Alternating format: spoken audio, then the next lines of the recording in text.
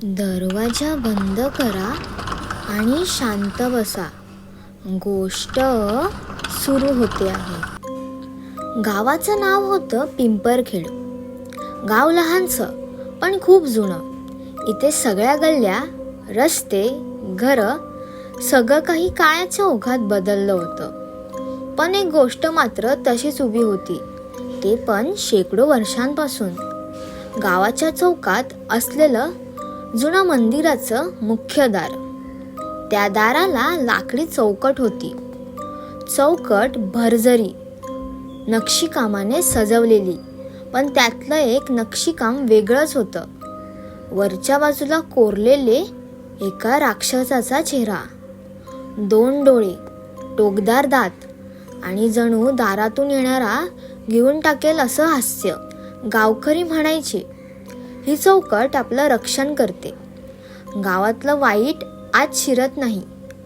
पण रात्र होताच काहीतरी वेगळंच घडायचं. गावातल्या काही लोकांना असं वाटायचं की त्या चौकटीचे डोळे हलतात, कोणीतरी पाहतंय, श्वास घेतंय, असं काही. आणि मग एक दिवस अचानक गावातला एक मुलगा त्या मंदिराच्या दारापाशी गायब झाला. त्याचा शोध घेतला, पण मुलगा परत कधीच दिसला नाही. तेव्हापासून गावात कुजबूज सुरू झाली.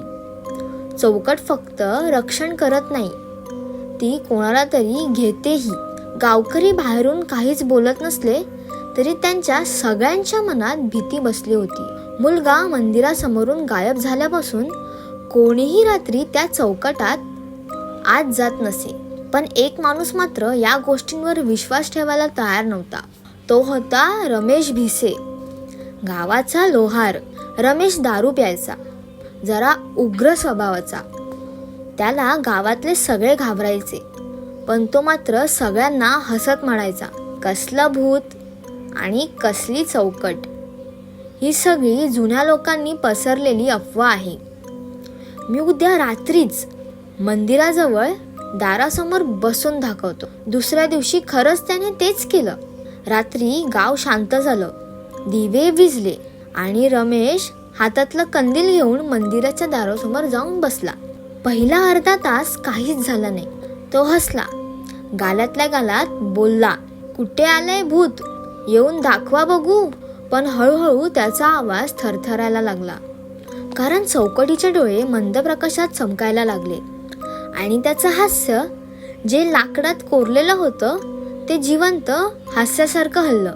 रमेश कंदील घट्ट पकडून उठायला लागला, पण मात्र त्याचे पाय हलत नव्हते. जणू चौकटीनेच त्याला पकडलं होतं.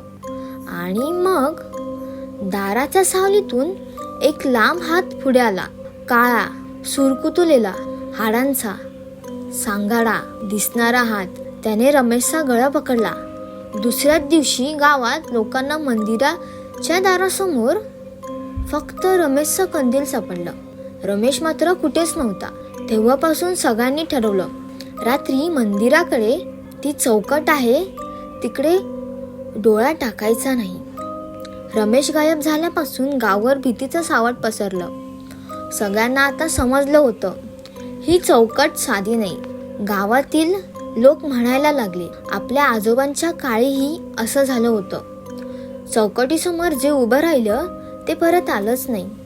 पण कोणीही तपशील सांगायला तयार नव्हतं. जणू काहीतरी गुपित लपवून ठेवलेलं होतं.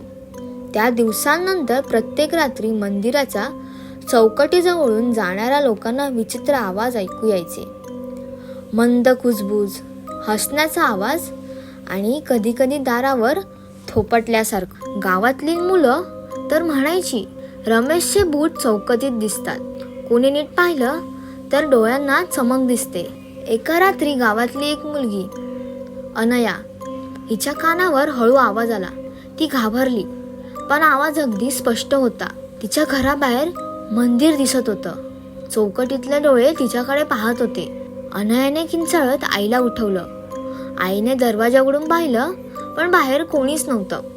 फक्त चौकट, शांत, स्थिर आणि जिवंत वासणारी. दुसऱ्या दिवशी सकाळी गावात अफवा पसरली, चौकट आता कोणाला तरी बोलवते आहे. ती फक्त बघत नाही, ती आत खेचते. गावातल्या वयस्कर लोकांना चौकटीबद्दल जास्त माहिती होती, पण ते काही बोलत नव्हते. शेवटी गावातल्या सर्वात म्हाताऱ्या बाईने, सखूबाईने तोंड उघडलं. ती म्हणाली, ही चौकट साधी नाही. खूप वर्षांपूर्वी इथे काळा विधी झाले होता. गावातल्या एका श्रीमंत सावकाराने मंदिर बांधलं होतं. मंदिराच्या दाराला चौकट लावताना त्याने एका मूर्तिकाराला आदेश दिला, या चौकटीत असा चेहरा कोर की लोकांनी घाबरून जावं, पण भूतही पळून यावं. मूर्तिकाराने चौकट तयार केली, पण सावकाराची नजर फक्त देवावर नव्हती, त्याला गावावर ताबा हवा होता. त्याने एका तांत्रिकाला बोलवलं.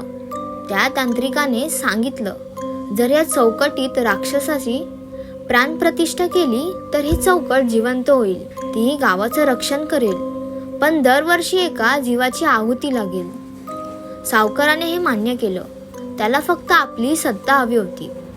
त्या दिवशी रात्री एका बळीचा विधी करण्यात आला आणि चौकटीत तो राक्षस बांधला गेला. तेव्हापासून दर काही वर्षांनी कोणीतरी मंदिरासमोरून गायब व्हायचं. गावकरी ते देवाची इच्छा म्हणून गप्पा बसायचे. सखूबाई कुजबुजली. रमेश तो मुलगा आणि आता अनया. चौकट आपले हक्क मागत आहे. जितका जास्त विरोध केला तितकी ती रक्तपिपासू होत जाते. त्या रात्री चौकट पुन्हा जिवंत झाली. डोळ्यात लाल चमक आणि तोंडातून मंद हसू. जणू ती सांगत आहे, आता माझी भूक अजून वाढली आहे. सखूबाईने जुनं रहस्य उघडल्यानंतर गावात दहशत पसरली. लोक आता चौकटीकडे पाहायलाही घाबरू लागले. पण चौकट शांत बसणार नव्हती. त्या रात्री पावसाचं वातावरण होतं. ढग दाटलेलं, विजा चमकल्या आणि गाव काळोखात बुडाला. मंदिराजवळून जाताना 2 गुराखी मुलं अचानक थांबली.